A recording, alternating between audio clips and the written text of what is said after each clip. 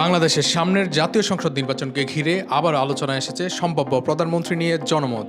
প্রথম আলোর উদ্যোগে সম্প্রতি পরিচালিত এক জরিপে উঠে এসেছে মানুষের মতামতের একটি স্পষ্ট চিত্র, যেখানে সবচেয়ে এগিয়ে আছে বিএনপির ভারপ্রাপ্ত চেয়ারম্যান তারেক রহমান। জরিপের মূল প্রশ্ন ছিল, নির্বাচনের পর দেশের প্রধানমন্ত্রী হিসেবে কাকে সবচেয়ে সম্ভাব্য মনে করা হয়। এই প্রশ্নে অংশ নেওয়া মানুষের প্রায় অর্ধেক, অর্থাৎ 47% বেশি তারেক রহমানের নাম বলেছেন।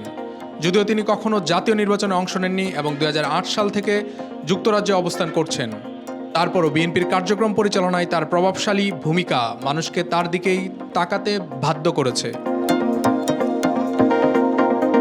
বিএনপি নেতৃত্ব স্পষ্ট জানিয়ে আসছে, দল ক্ষমতায় গেলে তাকেই প্রধানমন্ত্রী করা হবে।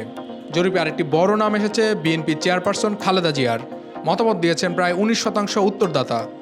তবে তার দীর্ঘদিনের অসুস্থতা এবং সংকটাপন্ন শারীরিক অবস্থা তার সম্ভাবনাকে বাস্তবে কতটা এগিয়ে রাখবে তা নিয়েও আলোচনা রয়েছে। তবু 3 বারের সাবেক প্রধানমন্ত্রী ও 2 বারের বিরোধী দলীয় নেতা হিসেবে তার জনপ্রিয়তা এখনও এক বড় ফ্যাক্টর। তারেক রহমান ও খালেদা জিয়ার সম্ভাবনা একসাথে ধরলে দেখা যায় মোট 66% বেশি মানুষ বিএনপির নেতৃত্বে কাউকেই ভবিষ্যতের প্রধানমন্ত্রী হিসেবে দেখতে চাইছেন। অন্যদিকে একটি উল্লেখযোগ্য সংখ্যা প্রায় 25.4% মনে করছেন জামায়াতের আমির শফিকুর রহমান প্রধানমন্ত্রী হতে পারেন, যদিও জাতীয় নির্বাচনে জয়ী হওয়ার অভিজ্ঞতা তার নেই। জরিপে সাবেক প্রধানমন্ত্রী শেখ হাসিনার বিষয়েও মত এসেছে। জুলাইয়ের গণ অভ্যুত্থানে ক্ষমতাচ্যুত হওয়া এবং 5 বারের প্রধানমন্ত্রী থাকা এই নেত্রীকে নিয়ে 7% কিছু বেশি অংশগ্রহণকারী বলেছেন নির্বাচনের পর তিনিও আবার প্রধানমন্ত্রী হতে পারেন। তবে মনে রাখতে হবে, হত্যাকাণ্ড এবং মানবতাবিরোধী অপরাধ মামলায় তার বিরুদ্ধে সাজা ঘোষণার আগেই এই জরিপ পরিচালিত হয়। এর বাইরেও 0.6% মানুষ বলেছেন জাতীয় নাগরিক পার্টির আহ্বায়ক নাহিদ ইসলামের নাম এবং 0.2% বলেছেন জাপা চেয়ারম্যান জিএম কাদেরের নাম।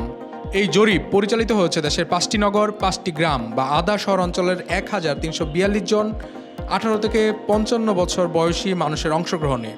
এর মধ্যে পুরুষ 674 জন, নারী 668 জন। বিভিন্ন শ্রেণী পেশা ও আয়ের মানুষ এতে অংশ নেন। তথ্য সংগ্রহ করা হয় 21 থেকে 28 অক্টোবর। জরিপকারী প্রতিষ্ঠান জানিয়েছে, এটি জাতীয় জনমতের উপর ভিত্তি করে তৈরি, তবে কোনো নির্দিষ্ট নির্বাচনী এলাকার প্রতিনিধিত্ব করে না এবং জরিপের নির্ভরযোগ্যতার মাত্রা 99%।